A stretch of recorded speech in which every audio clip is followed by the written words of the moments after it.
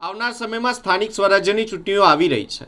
દરેક પાર્ટીઓ એક્શન મોડમાં જોવા મળતી હોય ત્યારે ભાજપ દ્વારા કારેલીબાગ સ્થિત સ્વામિનારાયણ મંદિરના પ્રટાંગણમાં મધ્ય ગુજરાતની એક સંગઠન બેઠકનું આયોજન કરવામાં આવ્યું હતું, જેમાં ખાસ ભારતીય જનતા પાર્ટીના પ્રદેશ અધ્યક્ષ જગદીશ વિશ્વકર્મા હાજર રહ્યા હતા અને જેમને કાર્યકરોને સંબોધી ચૂંટણી અંગે વિગતવાર માહિતી આપી પોતાની રજૂઆત કરી છે. આ બેઠક આગામી સ્થાનિક સ્વરાજ્યની ચૂંટણીને ધ્યાનમાં રાખીને યોજાઈ હતી, જેમાં સંગઠન મહામંત્રી રત્નાકરજી પણ ઉપસ્થિત રહ્યા હતા. બેઠકમાં મધ્ય ઝોનના 8 જિલ્લાઓના ભાજપ સંગઠનના આગેવાનો, ધારાસભ્યો, સાંસદો તેમજ મોટી સંખ્યામાં કાર્યકરો ઉપસ્થિત રહ્યા હતા. જગદીશ વિશ્વકર્માએ આગેવાનો તેમજ કાર્યકર્તાઓને સંબોધતા જણાવ્યું કે કોઈને ખોટું લાગે તેવું બોલવું નહીં, પાર્ટીને નુકસાન થાય તેવું વર્તન ન કરવું, અપશબ્દોનો ઉપયોગ ન કરવો, જેને ટિકિટ મળે તેને સાથ આપી તેના વિરુદ્ધ કોઈપણ પ્રકારનો ખોટો વિરોધ કે પ્રચાર કરવો ન જોઈએ.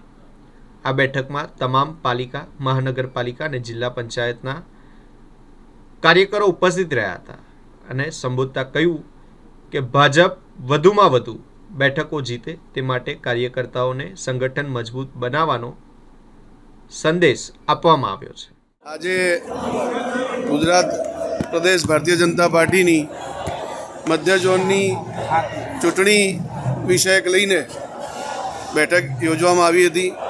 એમાં સૌ મંડળ પ્રમુખ, મહામંત્રી, માન્ય ધારાસભ્યશ્રી, સાંસદશ્રી, જિલ્લા પ્રમુખશ્રી અને તમામ મધ્ય ઝોનના 8 જિલ્લાઓના કાર્યકર્તાઓની એક વિસ્તૃત આયોજન બેઠક હતી.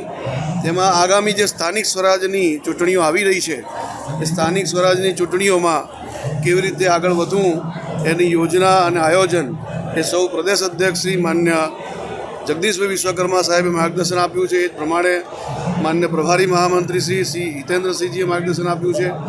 એ જ પ્રમાણે ચૂંટણી સમિતિના સંયોજક પ્રદેશના માન્ય ગોરધનભાઈએ માર્ગદર્શન આપ્યું છે અને સૌ કાર્યકર્તાઓએ વિશ્વાસ વ્યક્ત કર્યો છે કે જે પ્રમાણે ગઈ ચૂંટણીમાં મધ્ય ઝોનની અંદર 95%થી વધુ બેઠકો અમે હાંસલ કરી હતી, આ વખતે 100%ના સ્ટ્રાઇક રેટથી આ ચૂંટણીની બેઠકો હાંસલ કરશું એવો વિશ્વાસ પ્રદેશ અધ્યક્ષની સામે સૌ કાર્યકર્તાઓ વ્યક્ત કર્યો છે. કયા મુદ્દા પર સૌથી વધારે ચર્ચા થઈ?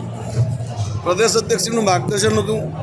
કાર્યકર્તાને મોટિવેશન મળે, આગામી ચૂંટણીઓમાં બધા કાર્યકર્તાઓ સક્રિય થાય એના માટેનું માર્ગદર્શન મુખ્યત્વે આપવામાં આવ્યું. સાહેબ, કોઈ ઉંમરનો બાંધક નક્કી કરવામાં આવ્યો છે? હમણાં એવો કોઈ નિયમ આવ્યો નથી. જ્યારે નિયમની જાણકારી થશે આપને સૌને મીડિયાના માધ્યમથી સૌને અમે જણાવીશું.